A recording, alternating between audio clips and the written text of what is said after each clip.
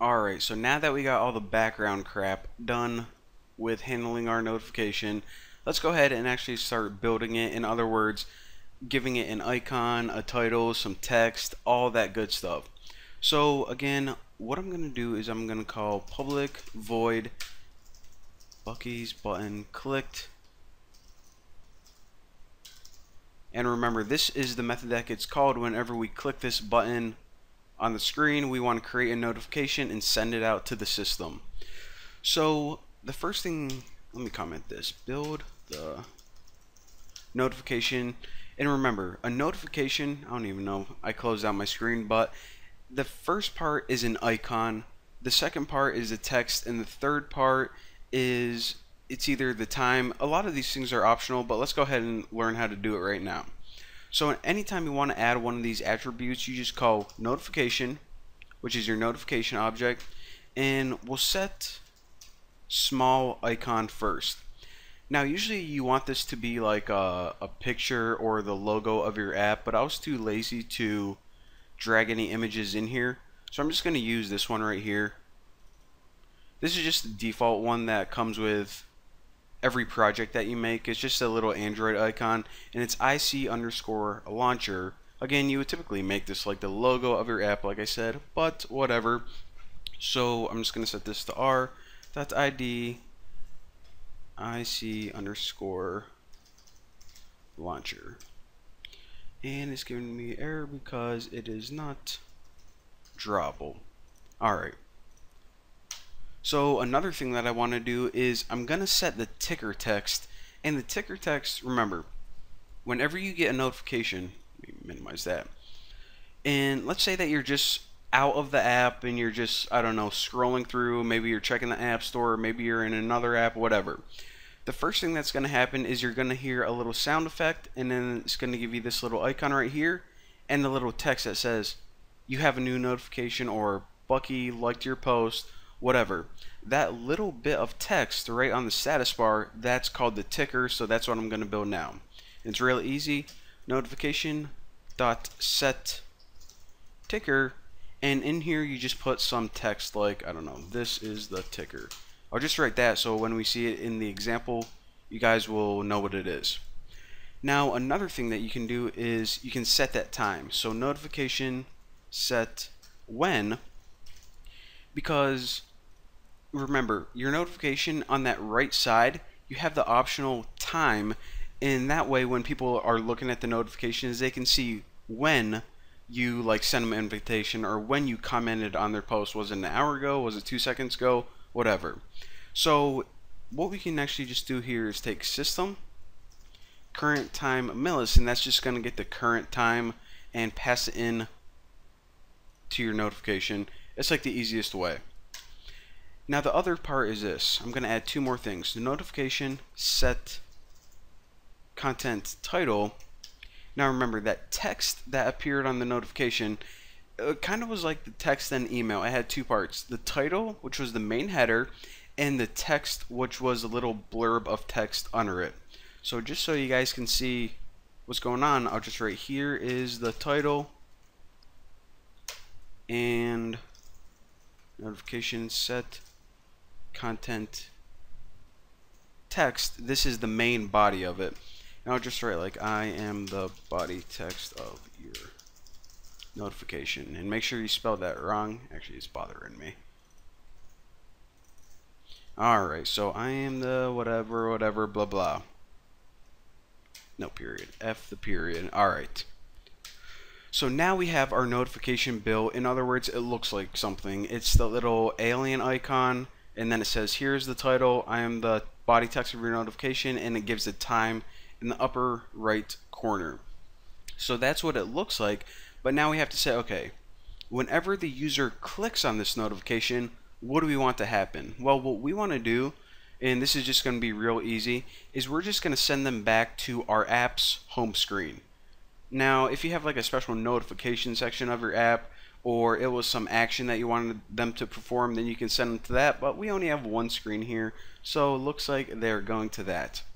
So the first thing we need to do is we need to make an intent. I'm just going to call it intent for right now, and set it equal to new intent.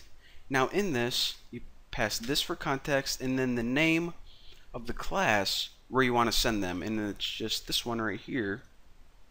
So main activity dot class, just like before.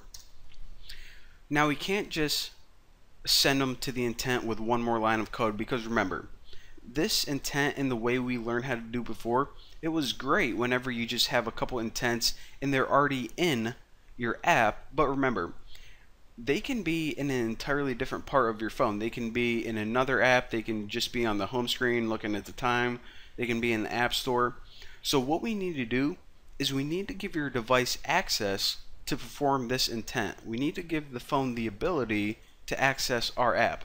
So what we do is we call a pending intent, and I'll just name it pending intent, whatever, you can name it, I don't know, whatever you want, and set it equal to pending intent get activity singular. And alright, so the first parameter this takes is this 0, and then the third parameter is intent, which is essentially what we've been learning before, and the last one is pending intent dot flag update current. And I want to cover pending intents in detail later on, but for right now, just think of it that this line of code right here, it gives your phone or your device access to the intents in our app. And of course, all this does is it puts them on the home screen. Simple enough.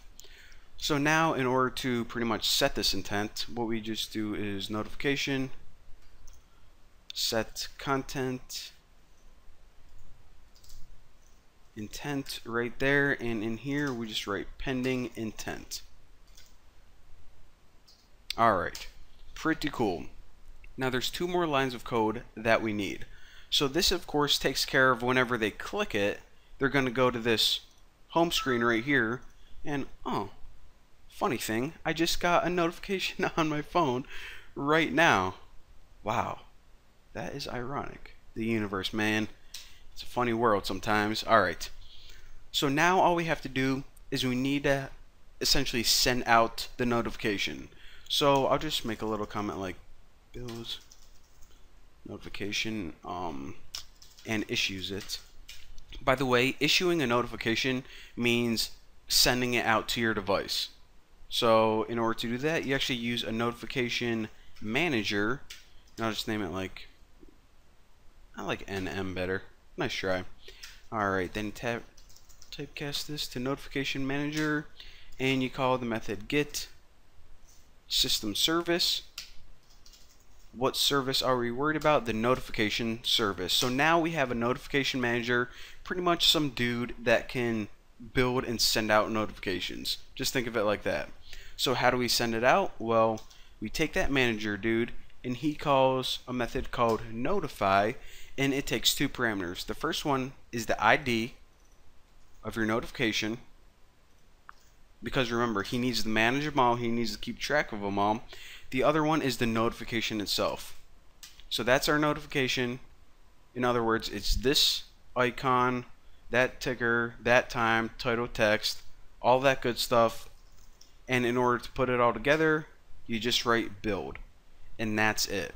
So again, this is just the object that can send out notifications.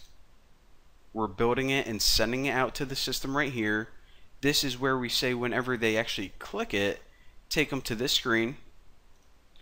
And right here, of course, we're just customizing it to our liking. And well, that's pretty much it. So now let me go ahead and run this. Alright, so let's click for notification. Boop, there it is. And you can also add a sound to it if you want. I'll show you guys how to add sounds later on. This is just a real quick tutorial. And of course, we drag it down. You can just click with your mouse and drag, and it'll simulate you dragging your finger. But this, of course, is that icon. This is the title. This is the body text. And this is the time, 12:16. And of course, whenever we go to it, we can just click it. No matter where we are, it takes us to whatever activity we specified in our intent. And take note that that icon or notification disappears. And it disappears because of this right here. If you didn't have this, then whenever you went back for example, whenever you clicked on that notification, it would just stick up there and it would be really annoying for the user. So there you have it, ladies and gentlemen. That is how you use notifications with Android.